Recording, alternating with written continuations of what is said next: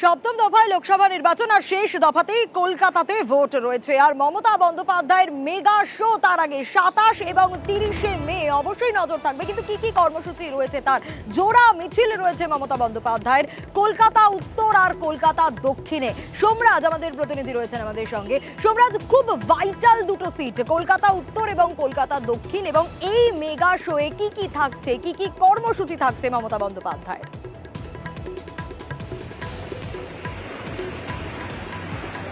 দেখো, অবশ্যই কলকাতা উত্তর এবং কলকাতা দক্ষিণ এই দুটি লোকসভা কেন্দ্রই তৃণমূল নিজেদের দখলে রেখেছে, এবং এবারের লোকসভা ভোটেও এই দুটি কেন্দ্রকেও বিশেষভাবে নজর দিচ্ছেন তৃণমূল নেত্রী তথা মুখ্যমন্ত্রী মমতা বন্দ্যোপাধ্যায়। যেটা সূত্র মারফত জানা যাচ্ছে, আগামী 27 মে ও 30 মে কলকাতা উত্তর ও কলকাতা দক্ষিণকে সামনে রেখে মমতা বন্দ্যোপাধ্যায় রোড শো করতে চলেছেন। কলকাতা উত্তরে যেমন আগামী 27 মে কাকুরগাছি থেকে ফুলবাগান হয়ে প্রায় 3 কিলোমিটার রোড শো করবেন মুখ্যমন্ত্রী মমতা বন্দ্যোপাধ্যায়, তেমনি 30 মে একদম শেষ লগ্নে, যেখানে 1 জুন ভোট রয়েছে কলকাতা দক্ষিণে, আর তার ঠিক শেষ লগ্নে মমতা বন্দ্যোপাধ্যায় আগামী 30 মে দক্ষিণ কলকাতায় মেগা রোড শো করতে চলেছেন। যাদবপুর থানা থেকে শুরু হয়ে আলিপুর ফায়ার ব্রিগেড পর্যন্ত প্রায় 8 কিলোমিটার জুড়ে এই রোড শো করবেন মমতা বন্দ্যোপাধ্যায়। 1 জুন কলকাতা দক্ষিণের ভোট রয়েছে, আর তার ঠিক 48 ঘন্টা আগে থেকে অর্থাৎ 30 তারিখ বিকেল 5টা পর্যন্ত প্রচার করা যাবে। আর তাকে সামনে রেখেই একদম শেষ লগ্নেই মমতা বন্দ্যোপাধ্যায় 30 তারিখ দুপুরবেলায় এই রোড শো করবেন বলেই তৃণমূল সূত্রে আমরা জানতে পারছি। আর এই রোড শো যাদবপুর থানা থেকে শুরু হয়ে হাজরা হয়ে রাসবিহারী হয়ে আলিপুর ফায়ার ব্রিগেড পর্যন্ত যাবে। প্রায় 8 কিলোমিটার জুড়ে মমতা বন্দ্যোপাধ্যায় রোড শো করবেন। এবং এর পাশাপাশি তোমাকে জানিয়ে রাখি যে বেহালাতেও আরও একটি রোড শো করতে চলেছেন মুখ্যমন্ত্রী মমতা বন্দ্যোপাধ্যায়।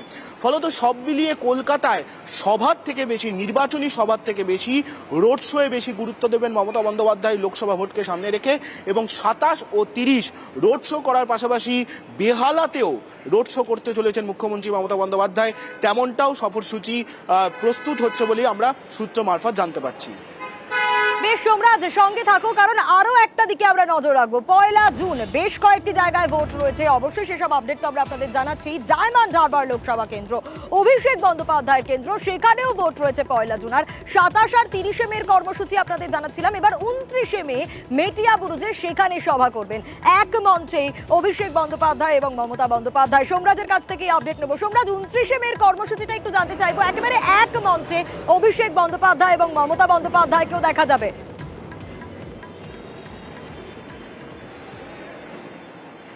দেখো, একদমই তৃণমূল সূত্রে যেটা জানা যাচ্ছে যে আগামী 29 মে মমতা বন্দ্যোপাধ্যায় মেটিয়াপুরুজ কেন্দ্রে অর্থাৎ মেটিয়াপুরুজ বিধানসভায় তিনি নির্বাচনী জনসভা করতে চলেছেন।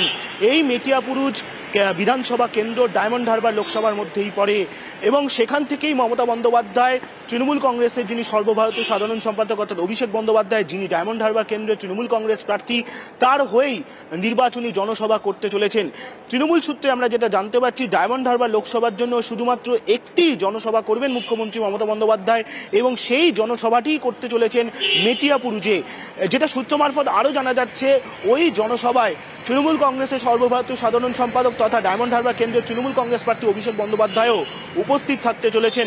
অর্থাৎ একদম প্রচারের শেষ লগ্নে মমতা বন্দ্যোপাধ্যায় ও অভিষেক বন্দ্যোপাধ্যায়কে এক মঞ্চে দেখা যেতে পারে, এবং সেটি হচ্ছে মেটিয়াপুরুজে আগামী 29 মে বিকেলে এই জনসভা হবে। তেমনটাই মুখ্যমন্ত্রী মমতা বন্দ্যোপাধ্যায়ের কর্মসূচি প্রস্তুত হয়েছে বলেই সূত্র মারফত জানা যাচ্ছে। বেশ সোমরাজ।